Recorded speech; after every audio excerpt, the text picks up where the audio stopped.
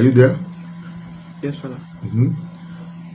Yeah, the devil knows exactly that the most powerful vessel that God uses is the Father.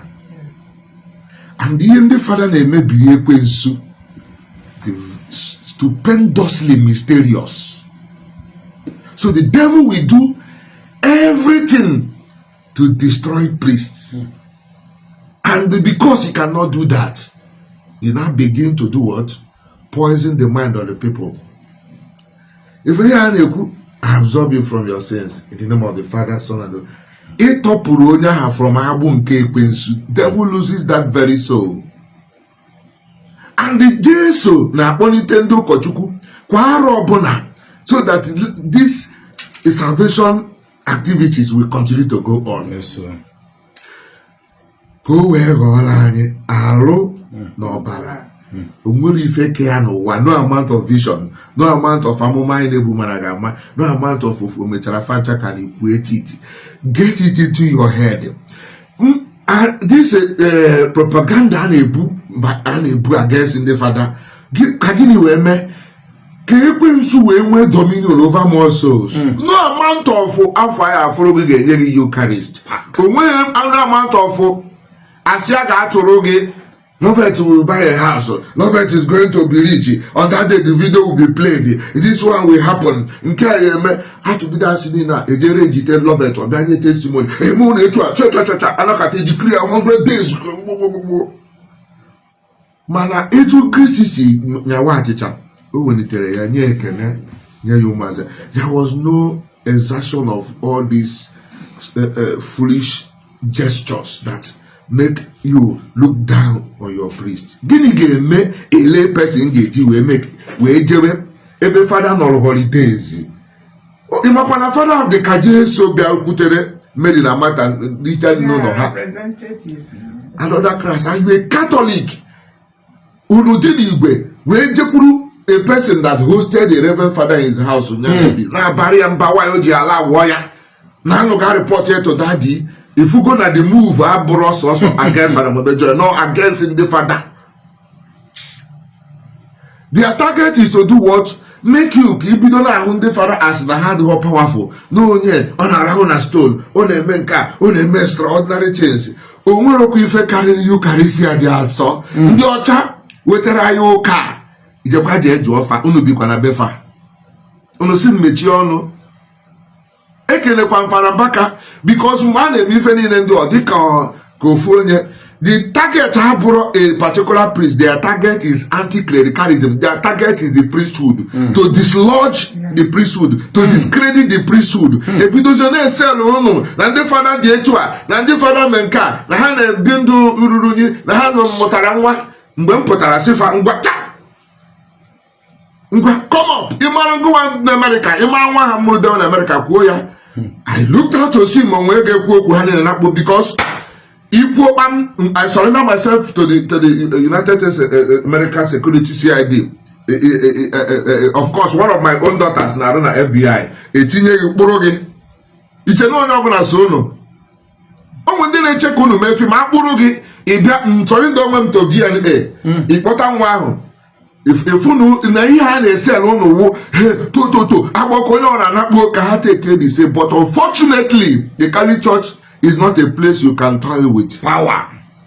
Ọbụrụ ebe ya abịa discredit ndị Father bịakwa na-use ndị Father ịnọkata si na ofu Father nwa bịara ire njite na try to romance that Catholic sentiment. Ka ndị mmadụ bụ Catholics wee feel comfortable ka na-abụrụ your customers, but yeah, they made much more than money. Alright, na even though na enwere ike iwere ihe dị etu anye Father, mana ọrụ nzọpụta ịmakwana iwe Chukwu nọ na 100 degrees centigrade na Father kwuo onye nọ n'aka nri na yọtara anyị Chukwu arịrịọ onye nwe anyị mee ebele. Immediately the anger of God drops from 100 degrees centigrade to 0 power. Ekwensu achọghị dị fa. Nke mbụ bụ na ekwensu ga-ezite ụmụ nwaanyị ọjọọ ka fa metọ ndị Father. Nke mbụ bụ na oge anwa ndị Father in so many ways. Oge eji ndị ọkọt, oge ejikwa propaganda a na-akọtọ. Imagine person borrow when I could get I don't in that Ebuka Obi one of those men who go to blackmail a priest so that to give way to this ministry to blossom so that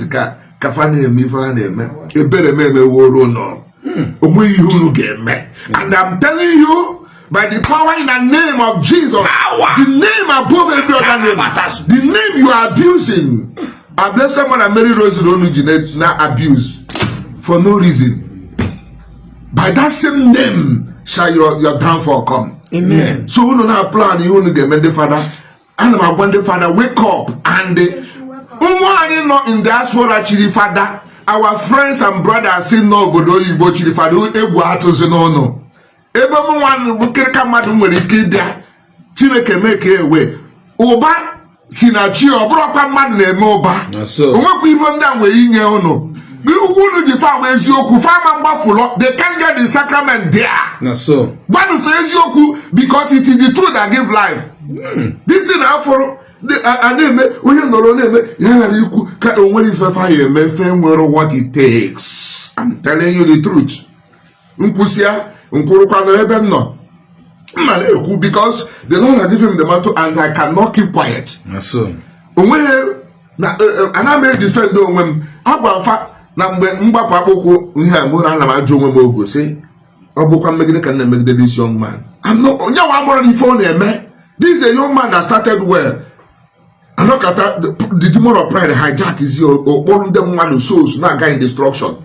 Ihe mmadụ ejifu fadi onye Igbo ibe ya na parish o mee ekene ọkwa ndị na-atacha oriri gbasa ụka ime ekene fada si esi bịa because no gwara pastor gị nya atụsị na asị na o nwere lovet offer okay no for lovet but ihe gwara na ọ bụrụ ndị fada na ọ bụrụ ndị fada jere onye nwa bụ ọsị ọgwụ lovet bịa the testimony no unu ruso na mara ihe mere unu jechiri akwa unu you then call the priest for a failed venture unume. I mentioned Batana case ya. Ewe did challenge him. Enyokaji onye film a cook no dinner and West Yakuzi or Bossa. We're Bazi and Obro Virgin. Now virginity is a lie. Ununa make on bottom no be me.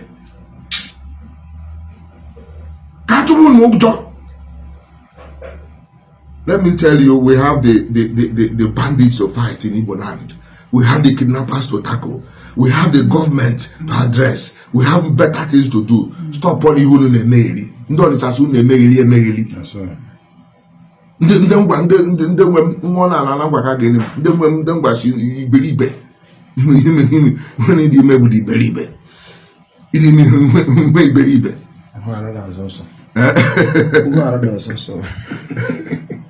No, Baba is not Zuzu. That couple, then